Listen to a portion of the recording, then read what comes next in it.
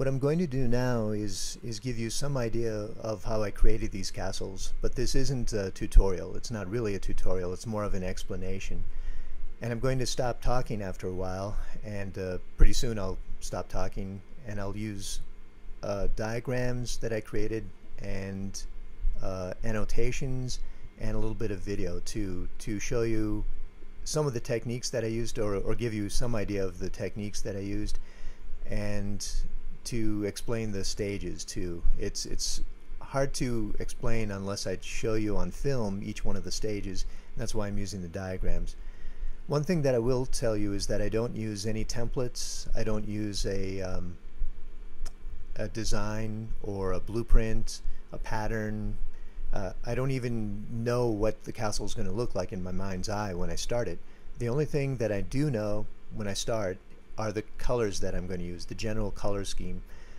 The first color that I choose is what I call the base color, and that's sort of like the general wallpaper, that the entire castle is going to be that color, and then I add colors to that. So that's the base color. Kind of like when you do a painting, you usually use like a background base color or foreground base color, and then you build on top of that. I'm trying to think what else I can tell you before I start getting into the annotations. I think that's pretty much it. Just keep in mind that the whole thing is improvised, and because it's improvised, I'm experimenting throughout the entire process. And that means that when I do the artwork especially, I will sometimes, I'll put something up, like a little pattern somewhere, and I won't like it very much. I'll stare at it for a while and think, you know, it just doesn't fit in with the rest of the castle. So what I'll do is I'll either cover it up, or I'll literally cut it out or even tear it out sometimes, and then replace it with something else. That's one of the nice things about paper, is that you can cover up a lot of mistakes, tear things out and so on, alter things in any way you want. And I do the same thing with the marble cascade aspect of the whole thing. When I add the cascade ramp, I'm always running a marble through it just to make sure that the grades, the degree of the grade is perfect for the marble to roll. Sometimes it rolls too fast and it'll jump the tracks. Sometimes it rolls too slow, so it gets stuck somewhere.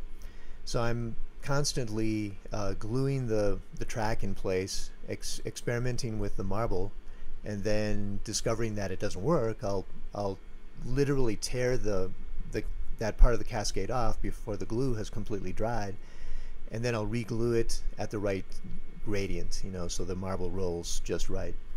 Now I'm going to use the annotations, diagrams, and some video to give you some idea of how this thing is done.